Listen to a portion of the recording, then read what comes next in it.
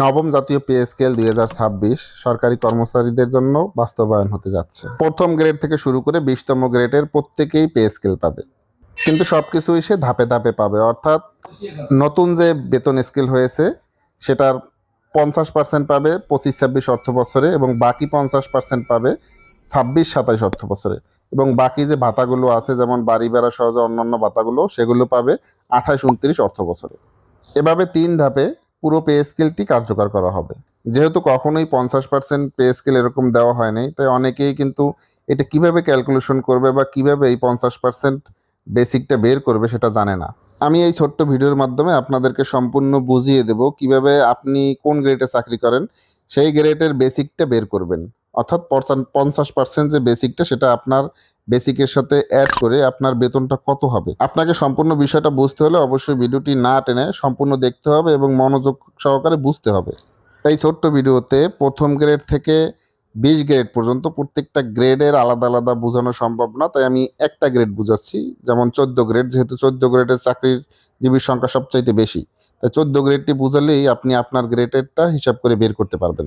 2015 সালে 14 গ্রেডের বেসিক ছিল 10,200 টাকা, এবং 26 সালে সেটাকে বৃদ্ধি করে করা হয়েছে 23,500 টাকা। আপনি যদি এই বছরই 100% পে স্কেল পেতেন তাহলে আপনার 10,200 টাকার যে বেসিকটা আছে সেটা হতো 23,500 টাকা।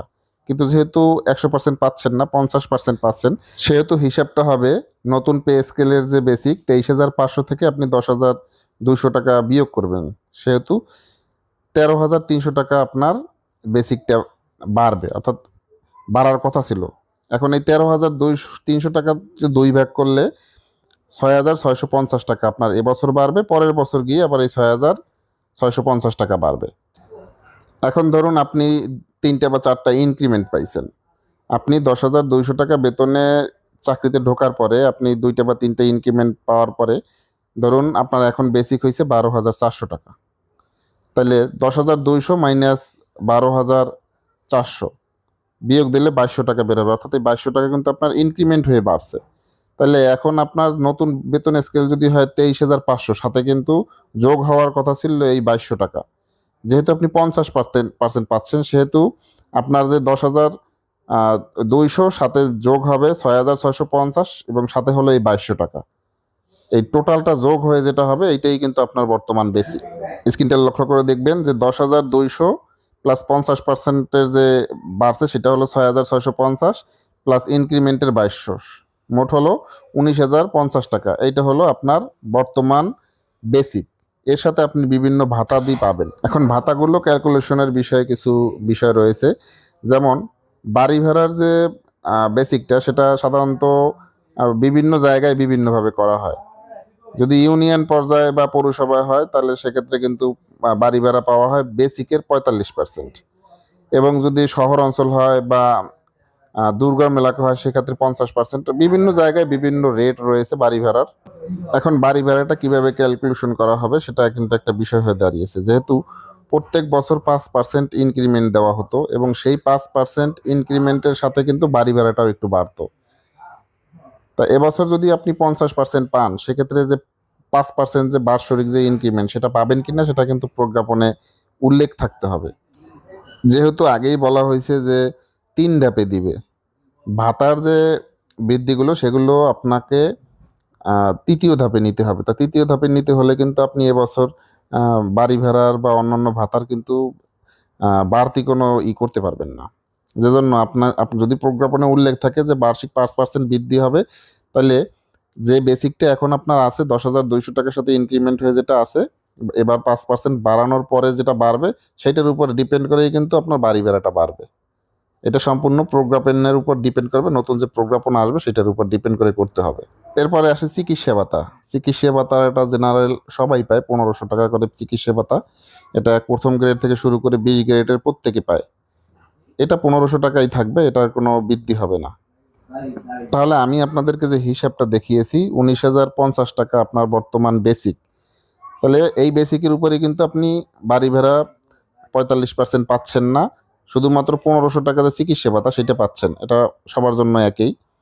আর বাড়ি ভাড়াটা কিন্তু আপনাকে নতুন প্রজ্ঞাপন অনুযায়ী আপনার এখন যে বেসিকটা আছে সেটার উপরেও পেতে পারেন, অথবা 5% বৃদ্ধি হওয়ার পরে সেটাও পেতে পারেন। এটা সম্পূর্ণ ডিপেন্ড করবে প্রজ্ঞাপনের পরে। তাহলে আপনি এই যে 19,050 টাকা আপনি যে বেসিক পাচ্ছেন, এটার সাথে যোগ হবে আপনার 1500 টাকা। এই 1500 টাকা হলো চিকিৎসা ভাতার, এবং বাড়ি ভাড়ার 45% বা 50%, সেইটা যদি 5% বাৎসরিক ইনক্রিমেন্ট হয় তাহলে সেইটার সাথে সামঞ্জস্য রেখে তাহলে 45% বা 50% বাড়ি ভাড়া যোগ হবে। এবং সাথে আপনার যদি ছেলে মেয়ের কেউ শিক্ষা ভাতা পেয়ে থাকে তাহলে সেই শিক্ষা ভাতাটা অ্যাড হবে। এবং নতুন প্রজ্ঞাপনে যদি শিক্ষা ভাতা বৃদ্ধি করা হয়ে থাকে তাহলে সেটা অ্যাড হবে। এখন যেহেতু 500 টাকা আছে শিক্ষা ভাতা, সেহেতু 500 টাকা করেই পাবেন। আর যেহেতু উল্লেখই আছে যে ভাতাগুলো পাবেন তৃতীয় ধাপে, তাহলে আপাতত হয়তো বা বাড়তেছে না ভাতাগুলো, 500 টাকাই বৃদ্ধি হবে। এবার আপনি যদি ব্যাংকিং সেক্টরে চাকরি করে থাকেন তাহলে ব্যাংকিং সেক্টরে লাঞ্চ ভাতা আছে, সেটার বিল সম্পূর্ণই কিন্তু আলাদা হয়, ট্রাভেলিং বিল সম্পূর্ণ আলাদা হয়। তাহলে আমি আগে যেগুলো বললাম এগুলো কিন্তু সামঞ্জস্য হারে বৃদ্ধি হয়ে আপনার বেতনটা দাঁড়াবে। এরপরে এতদিন কিন্তু আপনি একটা বিশেষ প্রণোদনার ভাতা পেতেন আপনার বেসিকের 15%। নতুন পে স্কেল আসলে যখন আপনি 50% আপনার বেতনটা বৃদ্ধি হবে, তখন কিন্তু আপনার 15% যে বিশেষ প্রণোদনা ছিল সেটা কিন্তু বাদ দিয়ে দেওয়া হবে। সেটা বাদ দিলে কিন্তু আসলে 50%-এর জায়গায় 15% বাদ দিলে, যেহেতু অলরেডি আপনি ভোগ করতেছেন, তাহলে 35% আপনার বেতনটা বাড়বে। আর বাৎসরিক যে ইনক্রিমেন্ট 5% সেটা যদি হয় তাহলে আপনার বেতনটা তাহলে 40% বৃদ্ধি হবে। আশা করি আমি যেভাবে আপনাকে বুঝিয়ে বললাম আপনি এখন নিজে নিজে ক্যালকুলেশন করেই বের করতে পারবেন আপনার বেতনটা আসলে কত টাকা বাড়তেছে। তবে বাংলাদেশের যা পরিস্থিতি, আজকে একটা কথা হয়, কয়েকদিন পরে সেটা চেঞ্জ হয়ে যায়। যেহেতু প্রজ্ঞাপন না আসার আগ পর্যন্ত কিন্তু আসলে বলা যাচ্ছে না যে কি হবে। সবাই প্রজ্ঞাপন পাই, প্রজ্ঞাপন পেলেই বলতে পারবো যে আসলে আমাদের বেতনটা কত বৃদ্ধি হচ্ছে। আর এতক্ষণ আমি আপনাদেরকে যা দেখালাম এটা এখন যেটা অনলাইনে চলতেছে সেটাই আপনাদেরকে ক্যালকুলেশন করে দেখালাম। খুব শীঘ্রই আবার নতুন করে ভিডিও দেব যখন সম্পূর্ণ তথ্যগুলো কালেকশন করতে পারবো। এবং প্রজ্ঞাপন দেওয়ার সাথে সাথেই আপনাদেরকে নতুন ভিডিওর মাধ্যমে জানিয়ে দেব যে আসলে আপনার বেতনটা কতটুকু বাড়বে কি। কারণ এখন পর্যন্ত যতগুলো তথ্য দিয়েছি সবই মোটামুটি ধারণা করা বা বিভিন্ন অনলাইন থেকে কালেকশন করে তারপরে দিয়েছি। এক্স্যাক্টলি কি হবে সেটা কিন্তু প্রজ্ঞাপন ছাড়া বলা যাচ্ছে না, কারণ যখন তখন যে কোনো কিছু পরিবর্তন হয়ে যেতে পারে। আর এখনও অনলাইনে যে বেসিক দিচ্ছে যে এই বেসিক হবে বা ওইটা হবে, এটাও কিন্তু এখন পর্যন্ত মানে শিওর বলা যাচ্ছে না। আর বেশি দিন বাকি নেই, অল্প কিছু দিন, একটু ধৈর্য ধরে অপেক্ষা করুন। নতুন ভিডিওর জন্য অবশ্যই চ্যানেলটি সাবস্ক্রাইব করে রাখুন এবং বেল আইকন অন করে রাখুন, যাতে নতুন ভিডিও দেওয়ার সাথে সাথেই আপনার কাছে পৌঁছে যায় এবং বেতন সম্পর্কিত সত্য যে তথ্য সেটা আপনি আমার কাছ থেকেই প্রথম যাতে শুনতে পারেন।